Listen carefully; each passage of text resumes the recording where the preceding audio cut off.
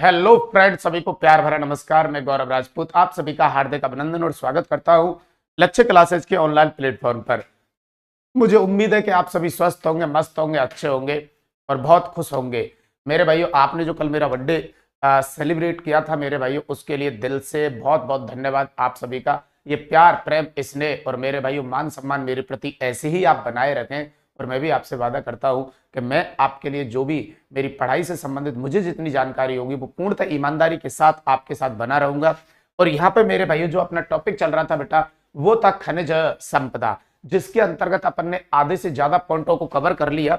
इसमें आगे बढ़ते हैं और बाबा खाटू श्याम का आशीर्वाद लेते हुए क्लास को अपन डेली स्टार्ट करते हैं। हम बाबा खाटू श्याम से मनोकामना करते हैं कि हमारे जितने भी विद्यार्थी हैं मेरे भाइयों, उन सब पे आपका आशीर्वाद बना रहे। ओके, गुड मॉर्निंग बेटा, सभी को गुड मॉर्निंग।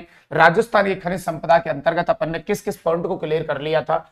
एक, अपन ने खनन की विधियां देख ली थी, खनिजों का दृष्टिकोण देख लिया था, खनिज चट्टान हो गई थी, खनिजों का वर्गीकरण हो गया था, खनिज उत्पादन क्षेत्र चल रहा था, इसे आज अपन कवर कर लेंगे। खनिज नीतियां भी आज अपन कवर कर लेंगे और खनिज संस्थान, मतलब आज ये टॉपिक अपन कवर कर लेंगे। तो मेरे भाइयों, इसे आगे बढ़ाता हूं मैं। और आगे बढ़ाते हुए अपन आ चुके थे कि अरावली क्षेत्र के खनिज, इसका मतलब जो आपकी ये अरावली बेल्ट है, इस अरावली बेल्ट के अंतर्गत मेरे भाइयों जब अपन बात करते हैं जिलेवार खनिज की, किसकी? जिलेवार खनिज की, तो मैं इसे 3 भागों में बांट देता हूं। ठीक सर, इसका मतलब आपके उत्तरी अरावली के अंतर्गत एक जिला आता है जिसको मैं यहाँ पे लेने वाला हूं और उसे आप कहेंगे सीकर। इसका मतलब सीकर से कौन से खनिज निकलते हैं? फिर मध्य अरावली के अंतर्गत आपको मालूम है एक जिला आता है बेटा, और मध्य अरावली के अंतर्गत आने वाले जिले को आप कहेंगे अजमेर। क्या कहेंगे? अजमेर। तो मेरे भाइयों, इससे कौन से खनिज निकलेंगे? और एक आता है आपके पास दक्षिणी अरावली। कौन आता है बेटा? दक्षिणी अरावली। इसके अंतर्गत जो जिला आएगा वो रहेगा उदयपुर। यहां से आपके कौन से खनिज रहने वाले हैं? तो मेरे भाइयों, यहाँ पे अपन सबसे पहले टारगेट करेंगे सीकर को। तो मैंने कल भी कहा था आपसे कि जब अपन सर्दी के मौसम में बाइक चलाकर आ रहे होते तो ये आवाज ऑटोमेटिक निकलती है जिसे मैं बोल रहा हूं अभी सी, इस प्रकार से। और घर वालों को लगता है कि इस भाई को सर्दी लग चुकी है, अब इसके लिए क्या बनवाई जाए? सर, चाय बनवाई जाए। और चाय किस में पी जाती है मेरे भाइयों? कप में।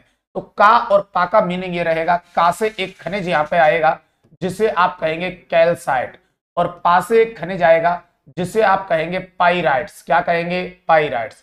तो इसका मतलब मेरे भाइयों, यहां से सीकर से आपके 2 खनिज निकलेंगे, एक का और एक पा। का से कैल्साइट और पा से पाइराइट। अब मेरे भाइयों, इनमें भी आपको यह ध्यान रखना है, जो पाइराइट्स है ये बेटा सलादीपुर एक स्थान पड़ता है आपका सीकर में जो काफी फेमस है। सलादीपुर सीकर से निकलता है। तो आप सीकर से 2 खनिजों पर ध्यान देंगे, फोकस करेंगे, जिनमें एक का नाम रहेगा कैल्साइट और एक का रहेगा पाइराइट। फिर आ जाते हैं अपन किसके ऊपर मेरे भाइयों? अजमेर के ऊपर। और अजमेर के अंतर्गत अपन क्या किस बात पे चर्चा करते हैं कि अजमेर से कौन कौन से खनिज निकलते हैं? तो इसके लिए एक ट्रिक याद कर लेना बेटा। राधे राधे मेरे भाइयों। जी सर, राधे राधे। ओके मेरे भाइयों, ओके। अच्छा, बहुत बढ़िया सुनील मीना जी, बहुत बढ़िया। और आपके लिए भी जन्मदिन की बहुत बहुत शुभकामनाएं। चलिए बेटा, yes sir, yes sir, yes sir. जल्दी से एक बार सेशन को और शेयर कर दीजिएगा, क्योंकि आज ये जो लिंक था वो प्राइवेट रह गया था मेरे भाइयों। तो वो कल के इतना ज्यादा बिजी शेड्यूल में मैं देख नहीं पाया था, तो बच्चे थोड़े से कम आए हैं क्योंकि उन्हें लग रहा था कि आज सर क्लास नहीं लेंगे, लेकिन ऐसा नहीं हो सकता। मैं बता देता हूं आपको, क्लास तो रेगुलरिटी के साथ ही चलेगी। वेरी गुड बेटा। चलिए, अजमेर के अंतर्गत कौन कौन से खनिज निकलेंगे उसके लिए ट्रिक याद रखना कि वरुण क्वार्टर लेकर मेरे भाइयों फेल हो गया, कि वरुण क्वार्टर लेकर फेल हो गया। मेरे भाइयों, या अजमेर के अंतर्गत ये खनिज आपके रहेंगे कि वरुण क्वार्टर लेकर फेल हो गया। वरुण से आएगा मेरे भाइयों जिस खनिज को आप कहेंगे vermiculite. Vermiculite, okay sir. Quartz से खनिज का नाम आएगा क्वार्टर जाइट। क्वार्टर जाइट। लेकर से खनिज का नाम आएगा जिसे आप कहेंगे लिथियम। कौन सा? लिथियम। एल से खनिज का नाम आएगा फेल्सपार। फेल्सपार, ये ध्यान रहे, फेल्सपार है। और एक होता है फ्लोरुसपार। तो फ्लोरुसपार था डूंगर के उस पार। ओके, तो ये फेल्सपार रहेगा। और गया से आएगा, ध्यान रखना, ग्रेफाइट। ग्रेनाइट मत कर देना, ये ग्रेफाइट रहेगा। और ग्रेफाइट जो निकलता है वो अजमेर से, जबकि ग्रेनाइट सिटी अपन कहते हैं किसको? जालौर को। तो मेरे भाइयों, अजमेर से कौन कौन से खनिज निकलेंगे उसके लिए ट्रिक रहेगी कि वरुण क्वार्टर लेकर फेल हो गया बर्मिक्यूलाइट, क्वार्टाजाइट, लिथियम, फेल्सपार और ग्रेफाइट। अब बात कर लेते हैं मेरे भाइयों उदयपुर से आपके कौन कौन से खनिज निकलते हैं। तो उदयपुर के अंतर्गत अपन एक पढ़ने वाले हैं अभी मेरे भाइयों, जिसे आप कहेंगे रॉक फॉस्फेट। एक तो यहां से निकलता है रॉक फॉस्फेट, ओके सर। एक मेरे भाइयों यहां से रहने वाला है आपका, जिसे आप कहेंगे एस्बेस्टोस, ओके सर। और एक इधर से निकलेगा आपका, जिसे आप कहेंगे घिया पत्थर। क्या कहेंगे बेटा? घिया पत्थर। तो उदयपुर से रॉक फॉस्फेट, एस्बेस्टोस, घिया पत्थर। और मेरे भाइयों ये वाला आपके जितने भी तीनों खनिज है ये अपने आप में बड़े इंपॉर्टेंट है। तो अब ये कहां से निकलेंगे मेरे भाई? रॉक फॉस्फेट कहां से निकलेगा, घिया पत्थर कहां से निकलेगा और एस्बेस्टोस कहां से निकलेगा, इस पे भी अपन चर्चा करने वाले हैं। तो नेक्स्ट स्लाइड पे इनको देखते हैं मेरे भाइयों। आइए देखिए यहां पे ये रहा अपने पास रॉक फॉस्फेट। अब ये कहां से निकलता है रॉक फॉस्फेट, उस पर जरूर आप थोड़ा सा ध्यान देंगे मेरे भाइयों, क्योंकि इसके जो स्थान है वो काफी फेमस स्थान है, ओके सर। तो रॉक फॉस्फेट आपका कहां से निकलेगा, इसके लिए पहले तो मैं मैप बनाता हूं आपके लिए जी गुरुजी। और ध्यान रहे भाई साहब इसके स्थान कहां पे रहेंगे। तो भाई साहब एक तो ये निकलता है आपके यहाँ उदयपुर से, ओके सर, उदयपुर से निकालेंगे अपन इसे, ठीक है। एक मेरे भाइयों ये निकलेगा आपके जैसलमेर से, ओके सर, जैसलमेर। और मेरे भाइयों एक आपको ध्यान रखना है बांसवाड़ा। तो उदयपुर, जैसलमेर और बांसवाड़ा से निकलेगा आपका रॉक फॉस्फेट। अब उदयपुर के अंतर्गत स्थान कौन कौन से भाई साहब आपके रॉक फॉस्फेट के लिए? तो बेटा एक स्थान रहेगा झामर कोटड़ा, जो काफी फेमस है, झामर कोटड़ा, ओके सर। इसके अलावा और कौन सा स्थान है? तो एक रहेगा सिसारमा। कौन सा है? सिसारमा। एक कौन सा स्थान है? तो ध्यान रखना एक स्थान का नाम है जिसे आप कहेंगे मटून। क्या कहेंगे? मटून, ओके सर। एक रहेगा मेरे भाइयों धाकन कोटड़ा। कौन सा बेटा? धाकन कोटड़ा। और एक रहेगा मेरे भाइयों जिसे आप कहेंगे डाफन कोटड़ा, डाफन कोटड़ा। तो ये सभी स्थान मेरे भाइयों उदयपुर के अंतर्गत है, जहां से निकलता है आपका रॉक फॉस्फेट। तो रॉक फॉस्फेट झामर कोटड़ा से निकलेगा, सिसारमा से निकलेगा, मटून से निकलेगा, धाकन कोटड़ा से निकलेगा, डाफन कोटड़ा से निकलेगा। इसके अलावा जैसलमेर के अंतर्गत कहां से निकलेगा भाई साहब आपका रॉक फॉस्फेट? तो ध्यान रखना भाई साहब ये लाठी बिरमानिया नामक एक स्थान है, लाठी बिरमानिया नामक स्थान है, वहां से निकलेगा। और एक स्थान है जिसे आप कहेंगे फतेहगढ़। लाठी बिरमानिया और फतेहगढ़ ये दो स्थान रहेंगे आपके जैसलमेर में। अब बांसवाड़ा के अंतर्गत कहां से निकलेगा? तो इस स्थान को भी आप जरूर याद करके जाएं परीक्षा में। और स्थान का नाम है सल्लोपट। क्या है बेटा? सल्लोपट। ये एक अच्छा स्थान है, वर्तमान में इंपॉर्टेंट स्थान है, इसके लिए ध्यान रखना। तो रॉक फॉस्फेट आपके 3 जिलों से निकलेगा। उदयपुर के अंतर्गत मेरे भाइयों झामर कोटड़ा स्थान है, ओके सर, सिसारमा है, मटून है, धाकन कोटड़ा है बेटा, और इसके अलावा डाफन कोटड़ा है। जैसलमेर के अंतर्गत मेरे भाइयों लाठी बिरमानिया स्थान है और फतेहगढ़ है। और बांसवाड़ा के अंतर्गत आपने देखा कौन सा स्थान है? सल्लोपट है। तो ये आपको ध्यान रखने होंगे किसके लिए मेरे भाइयों? रॉक फॉस्फेट के लिए।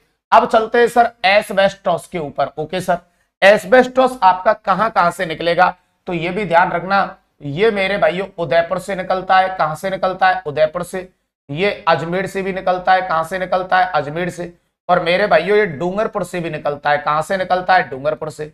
अब कौन कौन से स्थान रहेंगे इसके लिए, तो वो भी आप देखेंगे बेटा अच्छे तरीके से। तो आपके एस्बेस्टोस जो उदयपुर से निकलता है इसके लिए मेरे भाइयों एक होता है जांजर की पाल।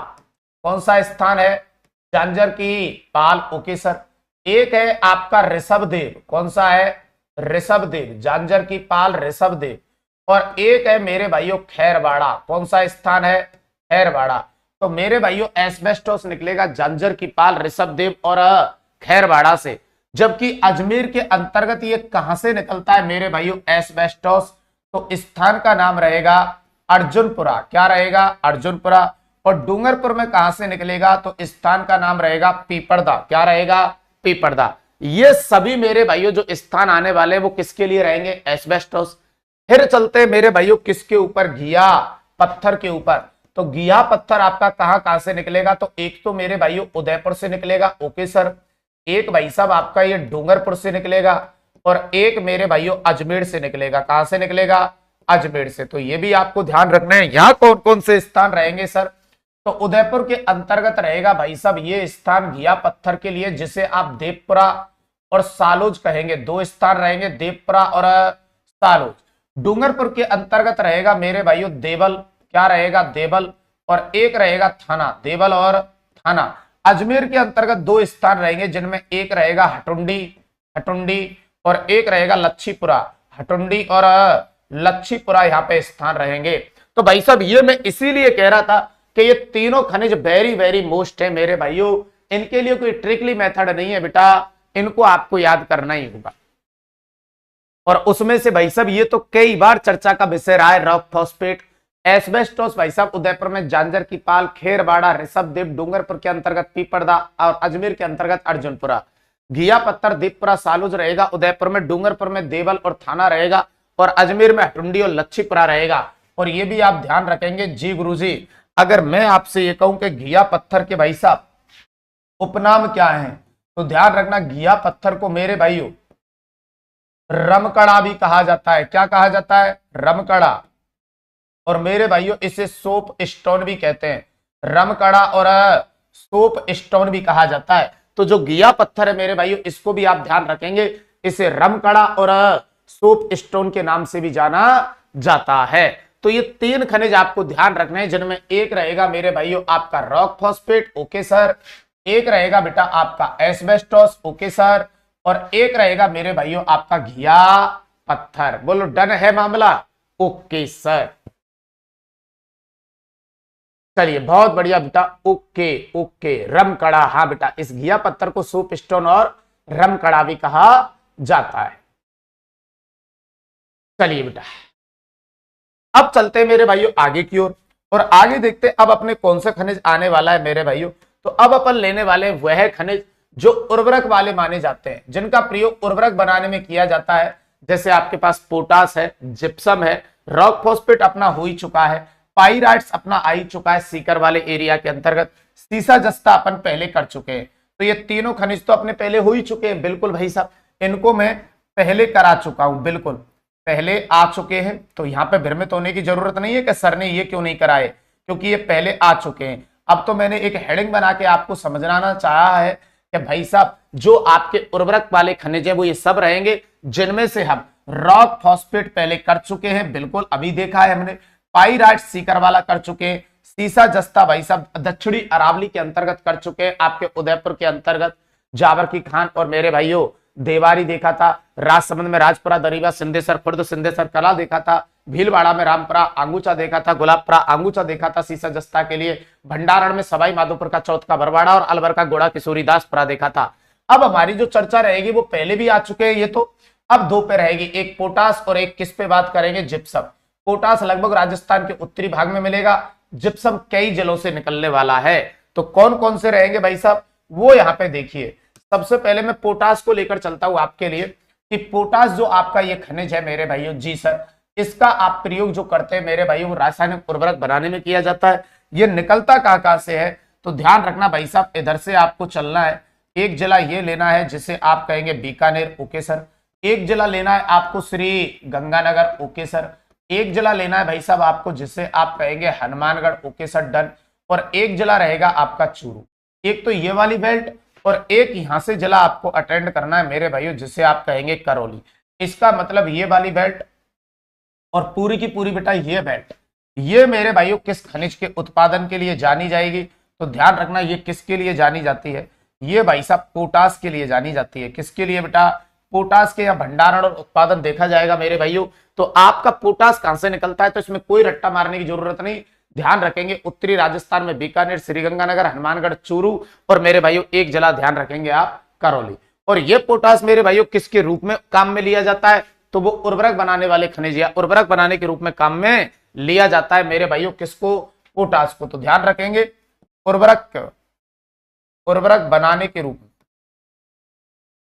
उर्वरक बनाने के रूप में उपयोगी खनिज, उर्वरक बनाने के रूप में उपयोगी रहेगा आपका कौन सा? पोटास। स्थान इसके बताए नहीं गए मेरे भाइयों, डायरेक्ट आपको जिले याद करने, एक उत्तरी राजस्थान रहेगा और एक डांग क्षेत्र से मेरे भाइयों कौन सा रहेगा? करौली रहेगा, ओके सर। फिर चलते हैं मेरे भाइयों अगले पॉइंट पर। एक अगला खनिज आपके पास आता है जिसको आप कहेंगे क्या? Gypsum, okay sir. और जिप्सम का उपनाम क्या है ये जरूर आपको ध्यान रखना है। जिप्सम को ध्यान रखना बेटा सेलेनाइट भी कहा जाता है। जिप्सम को अपन क्या कहते हैं? सेलेनाइट। और जिप्सम को ये भी ध्यान रखेंगे बेटा आप हरसोट भी कहा जाता है। तो सेलेनाइट या हरसोट के नाम से भी जाना जाता है। और जिप्सम का प्रयोग सीमेंट उद्योग में कच्चे माल के रूप में होता है। पीओपी प्लास्टर ऑफ पेरिस बनाने में होता है, बिल्कुल sir, plaster of Paris POP जो मकानों के अंतर्गत अपन करवाते हैं, बिल्कुल, रंग बनाने में और उर्वरक बनाने में। तो इसके जो उपयोग रहेंगे जिप्सम के, वो सीमेंट उद्योग में कच्चे माल के रूप में रहेगा, प्लास्टर ऑफ पेरिस पीओपी के रूप में रहेगा, रंग बनाने में और उर्वरक बनाने में। यह एक नोट में मैंने बात लिखी है कि बीकानेर से नागौर के मध्य जो जिप्सम पेटी के रूप में पाया जाता है उसको हार्डपन कहा जाता है। यह डायरेक्ट हो सकता है, क्वेश्चन डायरेक्ट पूछ लिया जाए कि हार्डपन क्या है, या जिप्सम पेटी जिसे हार्डपन के रूप में जाना जाता है वो कौन से दो जिलों के बीच में मिलती है। तो भाई साहब ये रहेगा हार्डपन।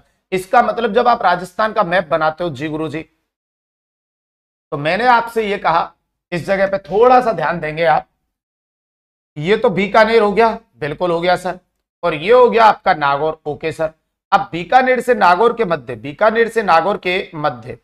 जो ये जिप्सम पेटी पाई जाती है, इसे ध्यान रखेंगे आप, इस वाली पेटी को बोलते हैं हार्डपन। क्या बोलते हैं? हार्डपन।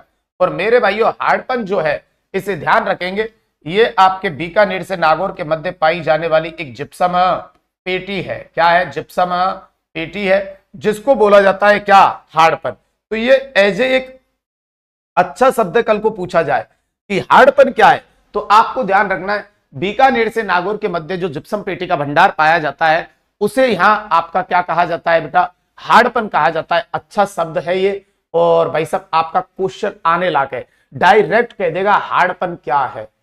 ऑप्शन के अंतर्गत कई सारी चीजें लिखी जाएंगी, आप उसी को टिक करेंगे जिसमें ये लिखा हुआ होगा हार्डपन एक जिप्सम पेटी है जो बीकानेर से नागौर के मध्य पाई जाती है। Okay, done done.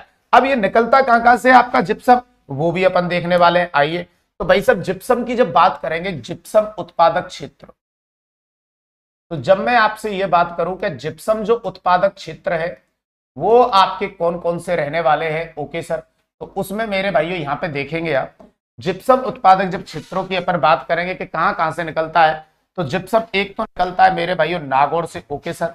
कहां से निकलेगा? नागौर से। एक मेरे भाइयों जिप्सम आपका कहां से निकलने वाला है? बीकानेर से, ओके सर। एक मेरे भाइयों जिप्सम की जब अपन बात करेंगे तो वो कहां से निकलेगा? जैसलमेर से, ओके सर। और एक मेरे भाइयों जिप्सम की अपन बात करेंगे तो कहां से निकलेगा? बाड़मेर से। भाई साहब ये 4 जिले हैं। अब यहां स्थान कौन कौन से रहेंगे तो वो भी आप देखेंगे भाई साहब। नागौर के अंतर्गत जिप्सम के लिए रहेंगे 2 स्थान, जिसमें एक का नाम रहेगा बेटा गोठ मांगलौद। कौन सा? गोठ मांगलौद। और एक स्थान रहेगा आपका जिसे आप कहेंगे भदवासी। तो गोठ मांगलौद और भदवासी। बीकानेर के अंतर्गत जो स्थान रहेंगे उसमें एक रहेगा लूणकरणसर, लूणकरणसर, ओके सर, लूणकरणसर। और एक रहेगा मेरे भाइयों जिसको आप कहेंगे जामसर, लूणकरणसर और जामसर। और जैसलमेर के अंतर्गत जो स्थान रहेंगे वो कौन कौन से रहेंगे उसे भी आप ध्यान रखेंगे। तो एक स्थान का नाम है मेरे भाइयों पोखरण। कौन सा? पोखरण। एक स्थान का नाम है मेरे भाइयों मोहनगढ़, पोखरण और मोहनगढ़। और एक स्थान का नाम है जिसे अपन बोलने वाले हैं क्या? चांदन। तो पोखरण, मोहनगढ़ और चांदन। और बाड़मेर के आपके 2 स्थान रहेंगे, ध्यान रखना, जिनमें एक का नाम है कवास और एक का नाम है उतरलाई।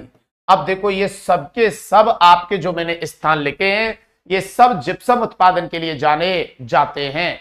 तो मेरे भाइयों यह थोड़ा सा ध्यान रखना कि जब जिप्सम उत्पादन की बात हो तो आपको ये 4 जिले ध्यान में रखने हैं, जिनमें से एक कौन सा रहेगा मेरे भाइयों? नागौर का गोठ मांगलौद और भदवासी, बीकानेर का लूणकरणसर और जामसर, जैसलमेर का पोखरण, चांदन और मोहनगढ़, बाड़मेर का कवास और उतरलाई। ये किसके लिए जाने जाएंगे बेटा? तो जिप्सम उत्पादन के लिए जाने जाते हैं। चलिए लगातार मैं कंटिन्यूस आपको पढ़ाता आ रहा हूं। पहले ये बताइए यहां तक चीजें आपको समझ में आई या नहीं आई? जल्दी से एक बार कमेंट करके बताओ कि यहां तक आपको चीजें समझ में आई या नहीं आई। एक बार जल्दी से सभी लोग कमेंट कीजिए कि यहां तक की जो बातें हैं वो आपके समझ में आई या नहीं आई। बहुत बढ़िया मेरे भाइयों, चलिए जल्दी से कमेंट करके बताओ।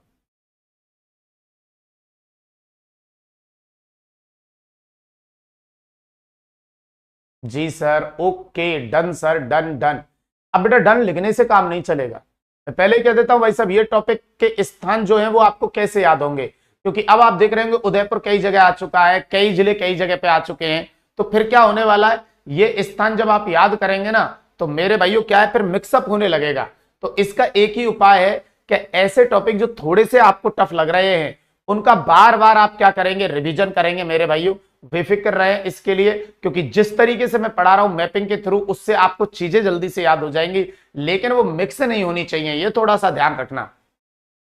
सर थोड़ा डिफरेंस है बेटा, बिल्कुल ये थोड़ा सा तो देखो क्रिटिकल आपके लिए रहेगा, क्योंकि स्थान आप में से जो खनिजों के लिए स्थान है वो आप में से कुछ बच्चे ऐसे हैं जिनको पहली बार सुनाई दे रहे हैं, पर लेकिन देखो ये बार बार जब आप इसका अभ्यास करेंगे तो बेटा हो जाएगा। चलिए बहुत बढ़िया मेरे भाइयों, चलिए चलिए ओके ओके, चलिए अब आगे बढ़ते हैं बेटा। इस जिप्सम के बाद फिर मैं आगे की तरफ लेके आता हूं मेरे भाइयों। अब देखो मैंने यहाँ पे दो खनिज आपको बताए, पोटास और जिप्सम। एक बार यहाँ पे वापस समझा देता हूं। भाई अपन पढ़ रहे थे उर्वरक वाले खनिज, बिल्कुल ठीक कह रहे हैं सर। कौन से खनिज पढ़ रहे थे, उर्वरक, जिसमें से अपन इन तीन को पहले ही कर चुके थे, रॉक फॉस्फेट, पाइराइट्स और जिप्सम, सॉरी जस्ता। अब अपन ने दो खनिज और कर लिए यहाँ पे, पोटास और जिप्सम, बिल्कुल कर लिए सर। तो यहाँ पे आपका आ गया था मेरे भाइयों क्या, पोटास, और उसके बाद आपका आ गया था क्या, जिप्सम। बाकी तीन अपन पहले कर ही चुके हैं, बिल्कुल ठीक कह रहे हैं सर। तो अब अपन क्या देखने वाले हैं इसके बाद मेरे भाइयों, अब अपन की जो चर्चा रहेगी वो रहेगी राजस्थान के एकाधिकार वाले खनिज। इसका मतलब राजस्थान के जो एकाधिकार वाले खनिज है उनमें कौन कौन से आते हैं। एक तो सामान्य सर्वे के अकॉर्डिंग बताया गया है, और एक राजस्थान की आर्थिक समीक्षा के अकॉर्डिंग बताया गया है कि राजस्थान के एकाधिकार वाले खनिज कौन कौन से हैं। तो ये दोनों तरीके से आपको याद रखने हैं, सामान्य सर्वे के अकॉर्डिंग भी और राजस्थान की आर्थिक समीक्षा। जब राजस्थान की आर्थिक समीक्षा की बात की जाती है कि एकाधिकार वाले खनिज कितने हैं, तो ध्यान रखना उसमें तीन ही खनिज आते हैं। कितने आते हैं, तीन। पर लेकिन राजस्थान के सामान्य सर्वे में जब सबसे पहले हम बात करते हैं पन्ना की, तो पन्ना के भाई साहब, पन्ना जो है ये खनिज, इसके उपनाम भी होते हैं। इसे भाई साहब ध्यान रखना, इसे हरी अग्नि भी बोला जाता है। क्या बोला जाता है, इसे हरी अग्नि भी कहा जाता है। Okay sir. फिर मैं बात करता हूं इसके उत्पादन की। चलो उपनाम हो गया, फिर उत्पादन की बात कर लेता हूं। किसकी मेरे भाइयों, पन्ना की। ये पन्ना निकलता कहां से है, तो आप ध्यान रखेंगे ये निकलता है मेरे भाइयों राजसमंद से। कहां से निकलता है, राजसमंद से। स्थान क्या है, एक है देवगढ़, ओके सर। एक है आमेट, देवगढ़ आमेट, ओके सर। एक है काला गुमान, ओके सर। कौन सा स्थान है, काला गुमान स्थान है, काला गुमान। और मेरे भाइयों एक है आपके पास टिक्की। देवगढ़, आमेट, काला गुमान और टिक्की, ये स्थान रहेंगे आपके किसके लिए, पन्ना के लिए। तो पन्ना को हरी अग्नि भी कहा जाता है। उत्पादन राजसमंद, राजसमंद के अंतर्गत देवगढ़, आमेट, काला गुमान और टिक्की, ओके सर। फिर इसके अलावा ये अजमेर से भी निकलता है, ये भी आपको ध्यान रखना है। अजमेर से कहां कहां से निकलेगा, तो एक रहेगा राजगढ़। कौन सा रहेगा, राजगढ़, ओके सर। और एक है बुबामी, बुबामी से मुहामी, बुबामी और मुहामी क्षेत्र, बुबामी और मुहामी क्षेत्र रहेगा, ओके सर। तो पन्ना जो है बेटा इसे हरी अग्नि भी कहा जाता है, और इसके लिए राजसमंद के स्थान ये काफी फेमस है, ध्यान रखना, जिनमें देवगढ़ है, आमेट है, काला गुमान है और टिक्की है। और अजमेर के अंतर्गत राजगढ़ रहेगा और बुबामी और मुहामी क्षेत्र रहेगा। फिर बात आती है किसकी, बोले स्टोनाइट की। किसकी, बोले स्टोनाइट। ये कहां से निकलता है, तो मैं तो ये कहता हूं इसको रट्टा मारने की जरूरत नहीं है, इसे टुकड़ों में तोड़ लीजिए पहले। बताइए, मैंने एक इसमें से टुकड़ा बाहर निकाला जिसको कहा वोलेट। क्या कहा, वोलेट। और फिर मैंने एक टुकड़ा निकाला इसमें स्टे, और एक टुकड़ा इसको तोड़ के निकाला नाइट। मैंने यहां से तीन टुकड़े निकाले, एक वोलेट, एक स्टे और एक नाइट। अब बताइए आप लोग, जब कहीं पे भी आप घर से बाहर जाओगे तो स्वाभाविक सी बात है, वॉलेट मतलब होता है पर्स, स्टे मतलब होता है रुकना।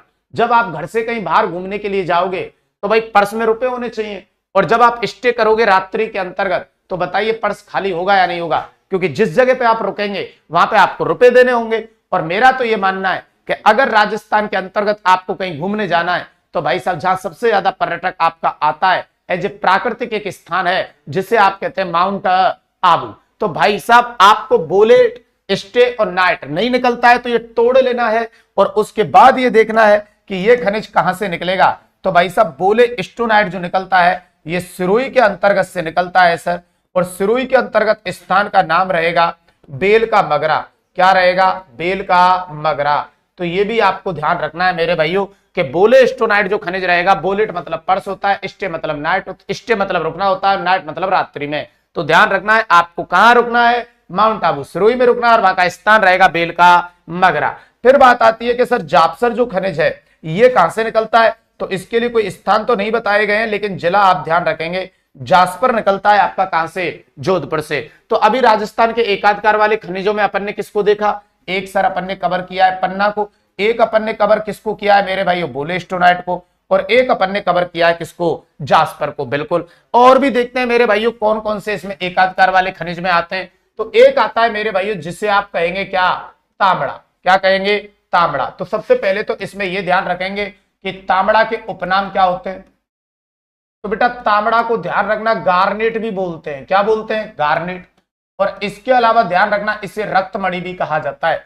तो तांबड़ा जो खनिज है मेरे भाइयों इसे गार्नेट या रक्तमणि के नाम से भी जाना जाता है। ओके सर, अब इसका उत्पादन कहां से होता है सर, तांबड़ा गार्नेट या रक्तमणि के नाम से इसे जानते हैं, और इसका उत्पादन कहां से होता है भाई साहब आपका, तो ये भी आप ध्यान रखेंगे कि इसका जो उत्पादन है सर, एक तो टोंक से होता है। टोंक के अंतर्गत एक स्थान है जिसे आप बोलेंगे राजमहल। क्या, राजमहल। एक स्थान है जिसे आप बोलेंगे राजगीर। क्या, राजगीर। और एक स्थान है जिसे आप बोलेंगे जनकपुर। राजमहल, राजगीर और जनकपुर। ओके सर, इसके अलावा अजमेर से भी निकलता है ये। अब अजमेर में कौन सा स्थान है इसके लिए, तो ध्यान रखना भाई साहब अजमेर के अंतर्गत एक स्थान है जिसे आप बोलेंगे सरवाड़ की खान। क्या बोलेंगे, सरवाड़ की खान। और एक स्थान है जिसे आप बोलेंगे भाई साहब खरखारी। सरवाड़ की खान और खरखारी। तो भाई साहब तांबड़ा जो खनिज है राजस्थान के एकाधिकार वाले खनिजों में, ये ध्यान रखना इसे गार्नेट या रक्तमणि के नाम से भी जाना जाता है। और ये कहां कहां से निकलता है, तो टोंक के अंतर्गत राजमहल, राजगीर और जनकपुर है, जबकि अजमेर के अंतर्गत सरवाड़ की खान और खरखारी नामक स्थान रहेगा। ओके सर, फिर मेरे भाइयों में बात करता हूं कहां की, लाल गेरू वाले खनिज की। तो लाल गेरू जो निकलेगा मेरे भाइयों ये आपका निकलेगा चित्तौड़गढ़ से। कहां से निकलेगा, चित्तौड़गढ़ से निकलेगा।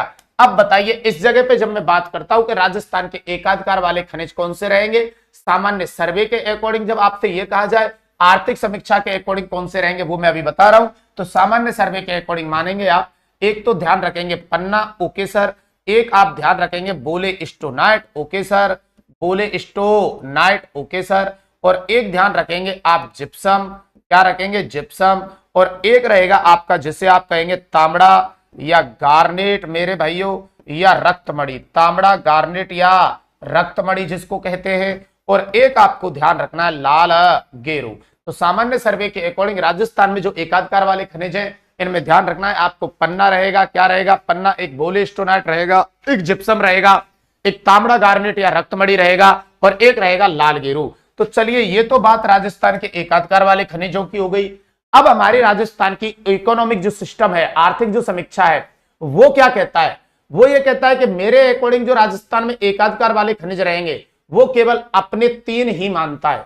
इसका मतलब वो अपने समीकरण के अंतर्गत, अपनी रिपोर्ट के अंतर्गत राजस्थान के एकाधिकार जो खनिज मानता है वो केवल कितने मानता है बेटा, 3।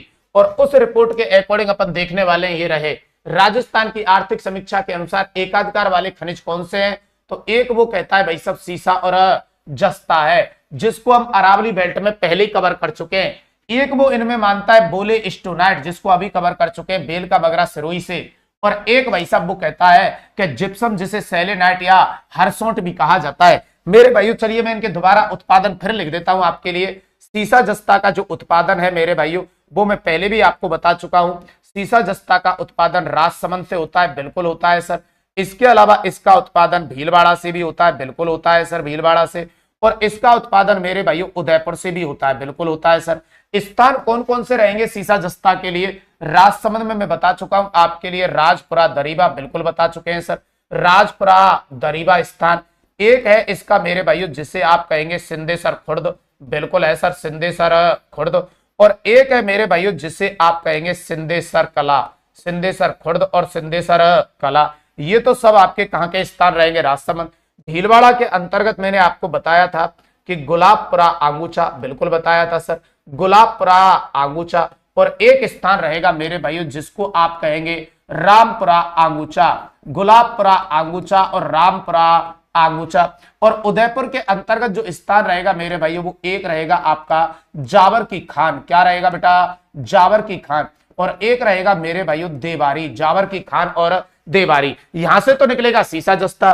बोले स्टोनाइट अभी आप देख के आ ही रहे थे, बोलो स्टोनाइट निकलता है बेल का मगरा नामक स्थान से, और बेल का जो मगरा है ये पड़ता है आपका कहां पे, सिरोही के अंतर्गत। और जिप्सम की मैंने अभी बात आपसे की है भाई साहब थोड़ी देर पहले ही, कि जिप्सम एक तो निकलता है आपके नागौर से, बिल्कुल निकलता है सर।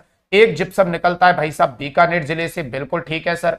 एक इसके अलावा निकलता है भाई साहब आपके जैसलमेर से, बिल्कुल ठीक है सर। और एक जिप्सम निकलता है बाड़मेर से। अभी स्थान लिखे मैपिंग के अंतर्गत, अगर आपको याद हो गए हो तो, नहीं हुए तो दोबारा गुनगुना लेना भाई साहब। फिर बता रहा हूं आपके, ये जो नागौर से निकलता है इसमें एक स्थान मैंने लिखाया है गोठ मांगलोद, बिल्कुल लिखाया है सर, गोठ मांगलोद। और एक स्थान है जिसे आप कहेंगे भदवासी, गोठ मांगलोद और भदवासी। बीकानेर के अंतर्गत एक स्थान है जिसे आप कहेंगे जामसर, और एक स्थान है जिसे कहेंगे लूणकरणसर, जामसर और लूणकरणसर। जैसलमेर के अंतर्गत कौन से स्थान रहेंगे जिप्सम के लिए, तो मेरे भाइयों एक स्थान है जिप्सम के लिए पोकरण उकेसर, एक है मेरे भाइयों मोहनगढ़, पोकरण और मोहनगढ़, और एक स्थान और रहेगा मेरे भाइयों जिसे आप कहेंगे चांदन उकेसर। और भाई साहब आपके बाड़मेर के कौन से स्थान रहेंगे, तो एक का नाम है कबास और एक का नाम है मेरे भाइयों उतरलाई, कबास और उतरलाई। तो देखो हालांकि ये मेरे पहले भी आ चुके हैं, लेकिन आपके कुछ बच्चे जो है मेरे भाइयों बहुत ईमानदारी के साथ पढ़ते हैं, तो उनको नोट्स भी कवर करने, तो इसलिए बेटा इस जगह पे भी आप अगर एक बार इनको वापस व्याख्या सहित लिख लेंगे तो कोई दिक्कत मेरे को लगता नहीं है कि होनी चाहिए, क्योंकि हमको तो ये कैसे भी नाम याद होने चाहिए। बिल्कुल सही कह रहे हैं सर, किसी भी प्रकार से ये नाम याद होने चाहिए आपको मेरे भाइयों।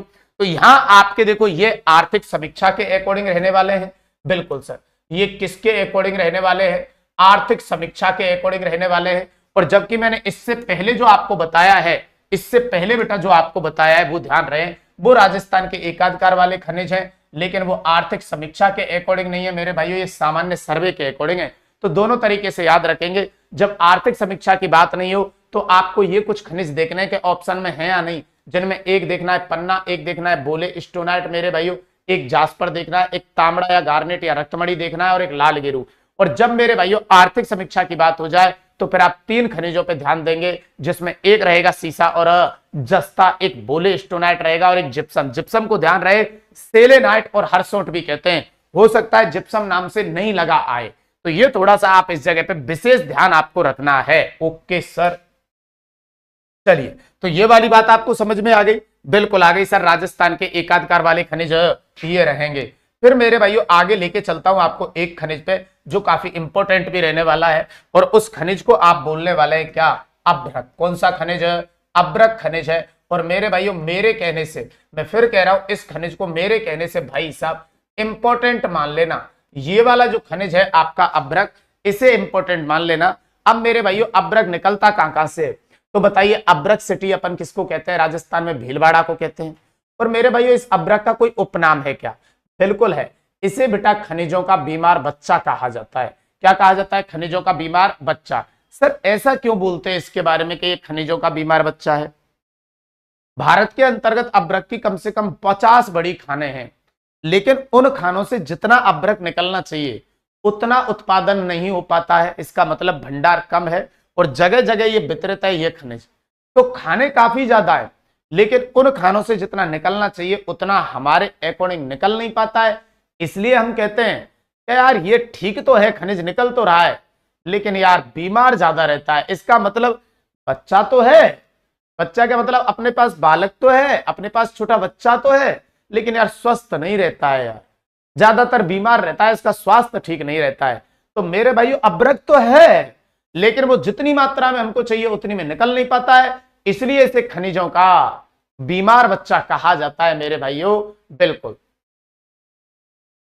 सर, सीईटी की क्लासेज कब चलेंगी। अच्छा एक बात बताइए मुझे, ये क्या 5वीं बोर्ड की क्लास है या ये 10वीं बोर्ड की क्लास है या 8th क्लास बोर्ड की क्लास है। यार आपको हो क्या चुका है मेरे भाइयों, आप जितने भी छात्र मुझे देख रहे हैं और जितने भी मेरे से पढ़ रहे हैं और जितने भी उनके सहपाठी है, क्या यार आपकी जिम्मेदारी ये नहीं बनती है बेटा कि आप अन्य जो भी छात्र हैं उनको भी आप थोड़ा सा जागरूक करें। सीईटी सर क्लास होगी या नहीं होगी, मेरी ये समझ में नहीं आता। जब मैं राजस्थान का स्थिति और विस्तार आपको पढ़ाऊंगा कि राजस्थान की मेरे भाइयों अक्षांशीय स्थिति 23 डिग्री 3 मिनट से 30 डिग्री 12 मिनट उत्तरी अक्षांश है, तो बताइए क्या ये सीईटी में चेंज हो जाएगा? क्या ये पुलिस में चेंज हो जाएगा? क्या ये आपके बीएसटीसी में चेंज हो जाएगा? क्या ये आपके थर्ड ग्रेड में चेंज हो जाएगा? क्या ये सेकंड ग्रेड में चेंज हो जाएगा? क्या ये शिक्षक भर्ती फर्स्ट ग्रेड में चेंज हो जाएगा? क्या ये असिस्टेंट प्रोफेसर में चेंज हो जाएगा? क्या ये पीएसआई में चेंज हो जाएगा? क्या ये आरएएस में चेंज हो जाएगा? यार मेरी समझ से परे हैं आपकी कुछ चीजें। तो मेरे भाइयों मैं ये कहना चाहूंगा आपसे कि जो चीजें आज आप पढ़ रहे हो ना, ये आपकी सीईटी की डेट कल आ जाए चाहे 6 महीने बाद आए, मेरे भाइयों पढ़ना तो तब भी है, तब भी यही पढ़ना है। नहीं है क्या? मदन दिलावर जी ये तो नहीं कह देंगे कि सीईटी में राजस्थान की जो अक्षांशीय स्थिति है ना, कि वो 23 डिग्री 3 और 30 12 नहीं है, उसको बताना है 25 डिग्री से 30 डिग्री। बोल सकते हैं क्या? जो है सो है। इसलिए मेरे भाइयों ये जो गलत फहमी आपने दिमाग में पाल रखी है ना कि भाई साहब आपकी वैकेंसी आने पर ही या नोटिफिकेशन आने पे ही हम घर से बाहर निकलेंगे, तो भैया उसके बाद आप कंपटीशन से भी बाहर हो जाते हो। ये बात थोड़ी सी ध्यान रखना, मेरी कटु जरूर है लेकिन सत्य है कि जो जो बच्चा मेरे भाइयों वैकेंसी का इंतजार करके घर से बाहर निकलता है, वो ध्यान रखना उस वैकेंसी के अंतर्गत उसको जो रास्ता मिलता है एंड के अंतर्गत वो बाहर वाला ही मिलता है, इंटर वाला नहीं मिलता है।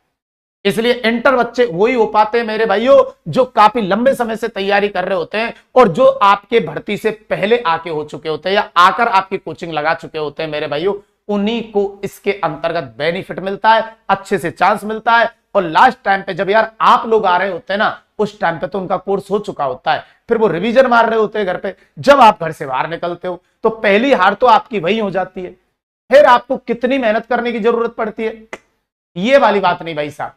थोड़ा सा एक ध्यान रहे मेरे भाइयों कि आपको पहले ही आपको निकलना होगा। और ये चीजें ऐसे मेरे से कभी कोई नहीं पूछेगा कि सर ये सीईटी में है या नहीं है, उसमें है या नहीं है, उसमें है या नहीं है। यार ये ज्योग्राफी है, ये लगभग सारे एग्जामों में आती है और जीके में सबसे ज्यादा वेटेज भी इसी का है, तो थोड़ा सा एक ध्यान रखें। अब चलते हैं अभ्रक के ऊपर। चलिए सर, अभ्रक को पहली बात तो मेरे भाइयों क्या उपनाम दिया गया है इस अभ्रक के लिए अपन ने। तो मैं क्या कह रहा था अभ्रक के बारे में कि सर अभ्रक के बारे में जब भी आपको कहा जाए तो उपनाम के रूप में कहेंगे कि अभ्रक को खनिजों का बीमार बच्चा कहा जाता है। तो अभ्रक को मेरे भाइयों खनिजों का बीमार बच्चा, तो अभ्रक को खनिजों का मेरे भाइयों क्या कहा जाता है सर? तो आप ध्यान रखेंगे बेटा, बीमार बच्चा कहा जाता है सर। तो अभ्रक को खनिजों का बीमार बच्चा कहा जाता है, पहली बात ओके सर। फिर चलते हैं मेरे भाइयों अभ्रक सिटी के अंतर्गत, और जो अभ्रक सिटी है मेरे भाइयों वो किसको कहा जाता है? तो ध्यान रखना अभ्रक सिटी बोलते हैं भीलवाड़ा। किसको बोलते हैं मेरे भाइयों? भीलवाड़ा को क्या कहा जाता है? अभ्रक सिटी कहा जाता है सर। अब मेरे भाइयों भीलवाड़ा के वह स्थान जहां से आपका अभ्रक निकलता है वह कौन कौन से? उदयपुर से भी निकलता है, वह कौन कौन से? जयपुर से भी निकलता है, वह कौन से? और टोंक से निकलता है, वह कौन कौन से? तो ये काफी पॉपुलर स्थान रहेंगे मेरे भाइयों।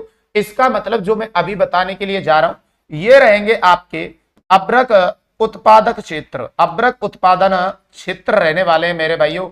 और भाई साहब ये ही सबसे इंपॉर्टेंट पॉइंट है इस आपके खनिज का। अब सुनिए भीलवाड़ा के अंतर्गत कौन कौन से स्थान रहने वाले हैं? तो उनमें एक आएगा बेटा, इनको रट लेना, दांता भूडास। कौन सा आएगा? दांता भूडास। एक आएगा नाथ की नेरी, नाथ की नेरी ओके सर। एक आएगा घोगास, कौन सा आएगा? घोगास ओके सर। एक रहेगा बेटा आपके पास घोगास ओके सर, नाथ की नेरी घोगास ओके सर।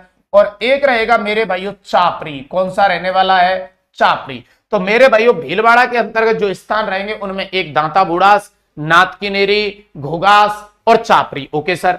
फिर चलता हूं सर उदयपुर के अंतर्गत। उदयपुर के अंतर्गत कौन कौन से रहेंगे आपके? जी सर, तो उदयपुर से ये कहां से निकलेगा आपका? भीलवाड़ा, सॉरी भीलवाड़ा की तो हो गया। अब आपका ये अभ्रक उदयपुर में कहां से निकलेगा वो भी आपको ध्यान रखना है। एक स्थान का नाम है जिसे आप कहेंगे मालवा, और एक स्थान है जिसे आप कहेंगे चंपागढ़। तो मालवा और चंपागढ़ स्थान रहेंगे उदयपुर के लिए। सर जयपुर से कहां से निकलेगा? तो जयपुर के अंतर्गत एक स्थान रहेगा जिसे आप कहेंगे बंजारी। क्या कहेंगे बेटा? Banjari okay sir. और एक स्थान है लक्ष्मी, बंजारी और लक्ष्मी। और सर टोंक के अंतर्गत ये कहां से निकलेगा? तो ध्यान रखना बारेली, एक स्थान का नाम है क्या? बारेली। और एक स्थान रहेगा जिसे आप कहेंगे शंकरवाड़ा। तो बारेली और शंकरवाड़ा। ये सभी जो स्थान आपके रहने वाले हैं मेरे भाइयों, ये किस खनिज के लिए रहेंगे? तो ध्यान रहे भाई साहब, ये जिस खनिज के लिए रहेंगे वो है अभ्रक। ये बेटा जरूर याद रख लेना कि भीलवाड़ा के जो स्थान है उनमें एक आता है दाता बुड़ास, एक है दाता बुड़ास। पानी देना है, एक मिनट रुको बेटा। थोड़ा सा कल केक वगैरह खा लिया और थोड़ा सा ठंडा खा लिया, उसकी वजह से गले में थोड़ी सी दिक्कत बढ़ गई है।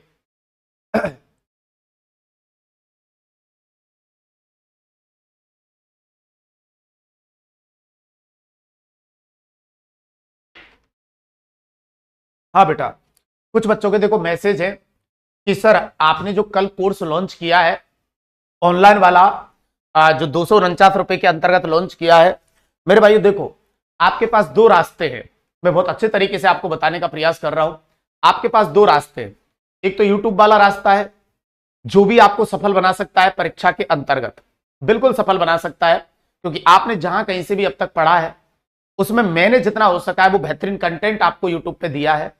और पीएसआई का जो एग्जाम हुआ था उसके अंतर्गत आपकी कुछ कटिंग भी आपको लगवाई थी, आपके जितना भी मटेरियल था इसमें से, तो वहां पे भी आपकी विश्वसनीयता झलकी थी मेरे प्रति कि नहीं गौरव सर ने काफी अच्छे से हमको पढ़ाया है। अब दो बातें आपके पास, कुछ बच्चों के दिमाग में चल रहा होगा सर यूट्यूब पे भी पढ़ा रहे, और कुछ बच्चों के दिमाग में चल रहा होगा कि सर ऐप के अंतर्गत भी बोल रहे हैं 249 रुपए का कल इन्होंने कोर्स एक लॉन्च किया है गौरव सर ने। तो मैं दोनों में थोड़ा सा अंतर बता देता हूं क्या है।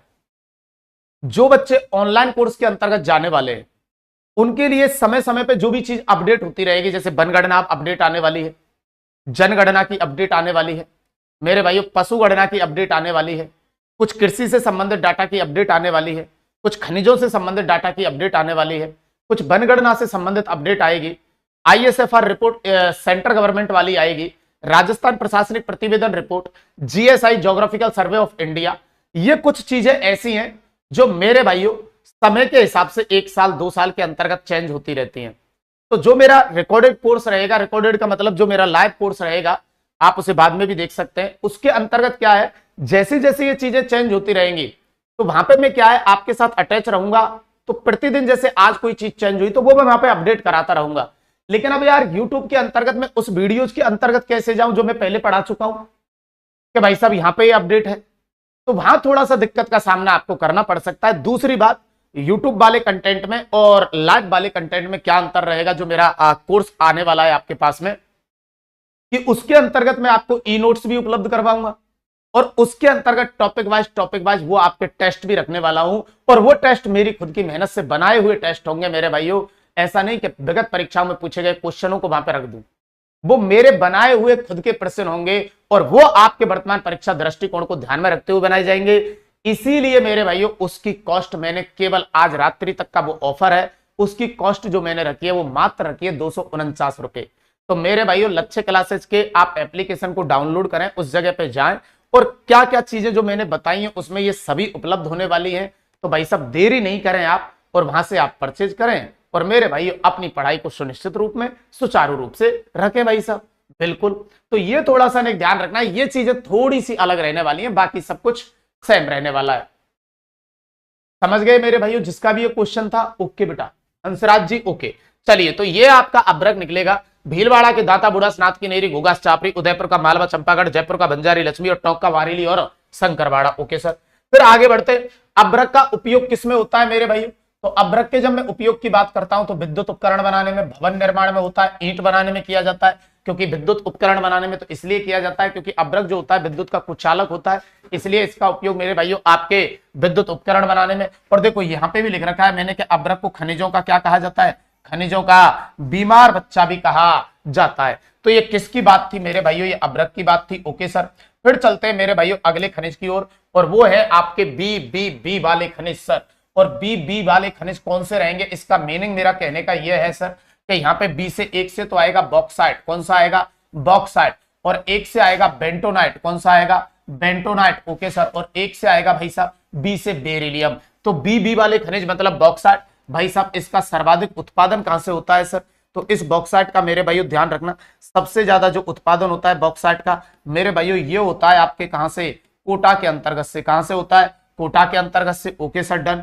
और मेरे भाइयों बेंटोनाइट की जब मैं बात करता हूं कि बेंटोनाइट का सबसे ज्यादा उत्पादन कहां से होता है, तो फर्स्ट नंबर पे है मेरे भाइयों कौन, बाड़मेर। कौन सा है, बाड़मेर। और सेकंड नंबर पे है मेरे भाइयों कौन, बीकानेर। तो इसका जो उत्पादन होता है बेंटोनाइट का, यहाँ कोई स्थान इनके बताए नहीं गए हैं, ये थोड़ा सा ध्यान रहे। बॉक्साइट कोटा से निकलता है और बेंटोनाइट जो निकलता है मेरे भाइयों, इसके अंतर्गत ये दो जिले रहेंगे, बाड़मेर और बीकानेर। अब बात कर लेता हूं सर बेरिलियम की। तो बेरिलियम एक तो निकलता है भाई साहब जयपुर के अंतर्गत से निकलता है। ओके सर, कहां से निकलता है, जयपुर के अंतर्गत से निकलता है। उस स्थान का नाम रहेगा गुजरवाड़ा। क्या रहेगा, गुजरवाड़ा रहेगा। Okay sir. एक अजमेर से निकलता है, उस स्थान का नाम रहेगा बांदर सिंदरी। क्या रहेगा, बांदर सिंदरी। ओके सर, अजमेर के अंतर्गत रहेगा बांदर सिंदरी। और एक आपका उदयपुर से भी निकलेगा, उस स्थान का नाम रहेगा बड़ी शिकारवाड़ी। बड़ी शिकारवाड़ी। तो ये कुछ स्थान आपके रहेंगे। जयपुर के अंतर्गत स्थान का नाम रहेगा गुज्जरवाड़ा। कौन सा स्थान रहेगा, गुज्जरवाड़ा। Okay sir. अजमेर के अंतर्गत एक स्थान रहेगा जिसे आप कहेंगे बांदर सिंदरी। क्या कहेंगे बेटा, बांदर सिंदरी। और मेरे भाई उदयपुर के अंतर्गत रहेगा एक स्थान जिसे आप कहेंगे बड़ी शिकारवाड़ी। क्या कहेंगे, बड़ी शिकारवाड़ी। और एक स्थान रहेगा मेरे भाइयों जिसको आप कहेंगे चंपागुड़ा। बड़ी शिकारवाड़ी और चंपागुड़ा। तो ये स्थान रहेंगे आपके किसके लिए, बेरिलियम के लिए। यहाँ पे ये इंपॉर्टेंट खनिज है, ध्यान रखना। इन दो को आप नहीं भी रखेंगे तो भी काम चलेगा, लेकिन बेरिलियम को मत भूल जाना। तो भाई साहब बी वाले खनिजों में एक बॉक्साइट जो कोटा के अंतर्गत रहेगा, एक बेंटोनाइट जो दो जिले पे रहेगा, बाड़मेर और बीकानेर के अंतर्गत, और एक बेरिलियम जो आपके जयपुर का गुजरवाड़ा रहेगा, अजमेर का बांदर सिंदरी रहेगा, और उदयपुर का बड़ी शिकारवाड़ी और चंपागुड़ा रहने वाला है। Okay, done done sir. फिर मेरे भाइयों अगला कौन सा खनिज अपने आने वाले हैं, तो ये और एक इंपॉर्टेंट खनिज आपके सामने आ रहा है जिनको आप कहेंगे आणविक खनिज। इसका मतलब जो परमाणु ऊर्जा उत्पन्न करने के लिए काम में लिए जाते हैं उनको बोला जाता है क्या बेटा, आणविक खनिज कहा जाता है। और इसमें दो टाइप के खनिज आते हैं जिनमें एक होता है यूरेनियम और एक होता है थोरियम। क्या बेटा, यूरेनियम और थोरियम। तो सबसे पहली बात मैं आपके साथ जो यहाँ शेयर करूंगा वो यूरेनियम पे करूंगा। Okay sir. और यूरेनियम का जो अयस्क होता है पृथ्वी के आंतरिक भाग से जो इसको खोदकर निकालते हैं यूरेनियम को, जो अयस्क आता है उसे कहते हैं पिच ब्लेड। क्या कहते हैं, पिच ब्लेड बोला जाता है। और एक इसको बोला जाता है मोनोजाइट, सॉरी मोनोजाइट तो उसके लिए रहेगा पिच ब्लेड। और एक इसका अयस्क होता है यूरेनाइट। क्या होता है, यूरेनाइट। ओके सर, पिच ब्लेड और यूरेनाइट। Okay sir. तो पहली बात तो आपको यही ध्यान रखनी है कि यूरेनियम जो खनिज है इसका जो अयस्क होता है वो क्या क्या होता है, कच्चे माल के रूप में जब ये नीचे से निकाला जाता है तो दो आपके कच्चे माल के रूप में या दो अयस्क के रूप में हमें प्राप्त होता है, जिसमें एक होता है पिच ब्लेड और एक होता है यूरेनाइट। इसी प्रकार जब थोरियम के लिए ये कहा जाए कि भाई साहब जो थोरियम खनिज है आपका आणविक खनिज, इसका जो अयस्क होता है वो कौन सा होता है, तो इसका जो अयस्क होता है वो ध्यान रखना वो होता है मोनोजाइट। कौन सा होता है, मोनोजाइट इसका अयस्क होता है। अब मेरे भाइयों चलो ये तो अयस्क की बात हो गई, यहां से कई बार अयस्कों को ध्यान में रखते हुए पूछ लेता है, ये ध्यान रखना। तो यूरेनियम के जो अयस्क रहेंगे वो पिच ब्लेड और यूरेनाइट, और थोरियम का जो अयस्क रहेगा वो रहेगा मोनोजाइट। अब यूरेनियम आपका निकलता कहां से है, तो मैं कई बार बच्चों को ये कह चुका हूं कि यूरेनियम के लिए आपको बस इस प्रकार से ध्यान रखना है। जी सर, मतलब सर कहना क्या चाहते हैं, इस प्रकार की लाइन अगर आप ध्यान रखते हो मैप में तो ये यूरेनियम के लिए रहेगी और ये थोरियम के लिए रहेगी। अभी समझाता हूं। इधर की तरफ एक जिला आता है जिसे आप कहेंगे उदयपुर, ठीक है सर, और एक जिला रहेगा यहाँ पे सीकर। Okay sir. तो ये आपके यूरेनियम के लिए रहेंगे। ये जिले कौन कौन से स्थान रहेंगे वो भी बात रहेगी। और थोरियम के लिए कुछ नहीं करना, यूरेनियम के लिए उदयपुर और सीकर, और थोरियम के लिए ऐसे चलेंगे तो इधर भीलवाड़ा और इधर पाली। Okay sir. तो थोरियम के लिए आपको ऐसे चलना है बस, ठीक है सर, ये तो गजब की बात रही सर। तो इधर की तरफ कौन आ जाएगा आपका भीलवाड़ा। Okay sir, done. ये भीलवाड़ा और ये पाली। तो भाई साहब थोरियम के लिए तो आपको यूं चलना है मैप में, और यूरेनियम के लिए यूं चलना है। तो यूरेनियम के लिए रहेगा उदयपुर का उमरा और सीकर का खंडेला। थोरियम के लिए ये रहेगा तो भाई साहब आपका भीलवाड़ा का सरदारपुरा और पाली का भद्रावत। गजब की बात सर, अरे भाई ऐसे ही परोसी जाती है बात। उदयपुर के अंतर्गत तो रहेगा मेरे भाइयों उमरा। कौन सा रहेगा, उमरा। और सीकर के अंतर्गत जो स्थान रहेगा उसे आप कहेंगे, उस स्थान का नाम रहेगा खंडेला। तो उदयपुर के अंतर्गत उमरा और सीकर के अंतर्गत खंडेला। और एक स्थान मेरे भाइयों यहाँ एडिशनल और याद करके जाएंगे जो रहेगा बारा के अंतर्गत। कहां पे रहेगा, बारा। और बारा के अंतर्गत आने वाले उस स्थान का नाम रहेगा मेरे भाइयों, उसे भी ध्यान रखना, उसे कहेंगे आप रामगढ़। कौन सा बेटा, रामगढ़। तो इसका मतलब यूरेनियम निकलता है आपके उदयपुर के उमरा से, सीकर के खंडेला से और बारा के रामगढ़। और ये आपका खंडेला की जो पहाड़ी है यहाँ पे ये क्षेत्र पड़ता है रोहिला क्षेत्र या रोहिल क्षेत्र पड़ता है, उससे ये निकाला जाता है। अब चलते हैं मेरे भाइयों थोरियम के लिए। थोरियम इस प्रकार से निकलेगा। तो भीलवाड़ा के अंतर्गत एक स्थान रहेगा यहाँ पे जिसे आप कहने वाले हैं सरदारपुरा। क्या कहने वाले हैं? सरदारपुरा। और पाली के अंतर्गत एक स्थान रहेगा जिसको आप बोलने वाले हैं भद्रावन। सरदारपुरा और भद्रावन आप कहेंगे तो थोरियम के लिए वो रहेगा और यूरेनियम के लिए ये रहेगा। बोलो समझ में आई ना बात? यूरेनियम के लिए इस प्रकार से चल रहा है, उदयपुर के उमरा से, सीकर के खंडेला से, और थोरियम के लिए मेरे भाइयों इधर से चलेंगे भीलवाड़ा के सरदारपुरा से और पाली के भद्रावन से। Okay sir. इसके बाद मेरे भाइयों जैसे मैं आगे बढ़ता हूं तो मेरे भाइयों यहां पे ये जो चीज मैंने बताई थी ये आ चुकी आपके सामने मेरे भाइयों, जिसके अंतर्गत आप क्या लिखने वाले हैं? आणविक खनिज। और आणविक खनिज के अंतर्गत यूरेनियम मैंने आपको बता ही दिया, थोरियम मैंने बता ही दिया मेरे भाइयों। हालांकि ये मैंने यहाँ पे और आपके लिए एक बार लिख दिए हैं। यूरेनियम का जो अयस्क होता है मेरे भाइयों वो पिचब्लेड और एक होता है यूरेनाइट। पिचब्लेड और यूरेनाइट होता है। उत्पादन में मेरे भाइयों उदयपुर के अंतर्गत उमरा रहेगा, सीकर के अंतर्गत खंडेला रहेगा और बारा के अंतर्गत रामगढ़ रहेगा। थोरियम के अयस्क के अंतर्गत मोनोजाइट होता है। उत्पादन में पाली का भद्रावन रहेगा और भीलवाड़ा का सरदारपुरा रहेगा। तो मेरे भाइयों यहाँ पे जो आपने ये खनिज देखे हैं वो कौन से हो गए? आणविक खनिज। इसका मतलब अब आपकी जो मैं बात करूंगा आगे चल के वो बेटा उन खनिजों पे रहेगी जिन्हें अपन कहेंगे कार्बनिक ऊर्जा खनिज, जिनमें पेट्रोलियम, प्राकृतिक गैस और कोयला आता है। बिल्कुल डन सर। तो यहां तक अपन ने धीरे धीरे धीरे धीरे करके सारे खनिज देख लिए। अब आपके कौन से खनिज बचते हैं जिन्हें आप कहेंगे कार्बनिक ऊर्जा खनिज, जिनको जलाने से कार्बन मेरे भाइयों निकलता है, उन्हें कार्बनिक ऊर्जा खनिज कह सकते हैं, जैविक आप ईंधन खनिज भी कह सकते हैं। और इसमें 3 खनिज आपके रहेंगे जिनमें एक रहेगा पेट्रोलियम, एक रहेगा प्राकृतिक गैस और एक रहेगा कोयला। फिर आपकी कुछ नीति और कुछ संस्थाएं बच जाएंगी मेरे भाइयों। इसका मतलब ये कल की क्लास में पूरा होगा, क्योंकि मैटर ज्यादा था। कोशिश मेरी ये थी कि आज हो जाए लेकिन वो पॉसिबल नहीं हो पाया, तो इसे कल की क्लास में पूरा करेंगे। अब जल्दी से मेरे को पहले एक बार आप कमेंट करके ये बताओ कि मैंने जो यहां तक चीजें समझाई हैं अगर इनका आप घर पे थोड़ा सा भी रिवीजन कर रहे होंगे तो वाकई में चीजें समझ में आपको आ रही होंगी। मुझे ऐसी उम्मीद है कि बिल्कुल आपको चीजें समझ में आ रही होंगी। और अगली बात ये, आपके लक्ष्य परिवार के द्वारा जो राजस्थान के अंतर्गत पीवाई की सीरीज चलाई जा रही है उसे आप किसी भी नजदीकी बुक स्टोर से जाके परचेज कर सकते हैं या लक्ष्य क्लासेस के एप्लीकेशन से भी पे कर सकते हैं। और अगली एक इंपॉर्टेंट बात, अगर आपको लगता है कि लक्ष्य परिवार आपके लायक है, लक्ष्य परिवार आपकी उम्मीदों पर खरा उतर सकता है, लक्ष्य परिवार हमारे सपनों को पूरा कर सकता है, लक्ष्य परिवार के साथ हम पढ़ाई को आगे बढ़ा सकते हैं और लक्ष्य परिवार एक ऐसा परिवार है जिस पे विश्वास किया जा सकता है, तो पीछे दिए गए क्यूआर कोड को स्कैन करें और लक्ष्य परिवार का हिस्सा बने। आज के लिए इतना ही, बाकी मिलेंगे कल। तब तक के लिए धन्यवाद, थैंक यू, नमस्कार, जय माता दी, जय हिंद, मस्त रहिए, स्वस्थ रहिए, खुश रहिए, जय Shri Ram. Sachin okay, bye bye बेटा।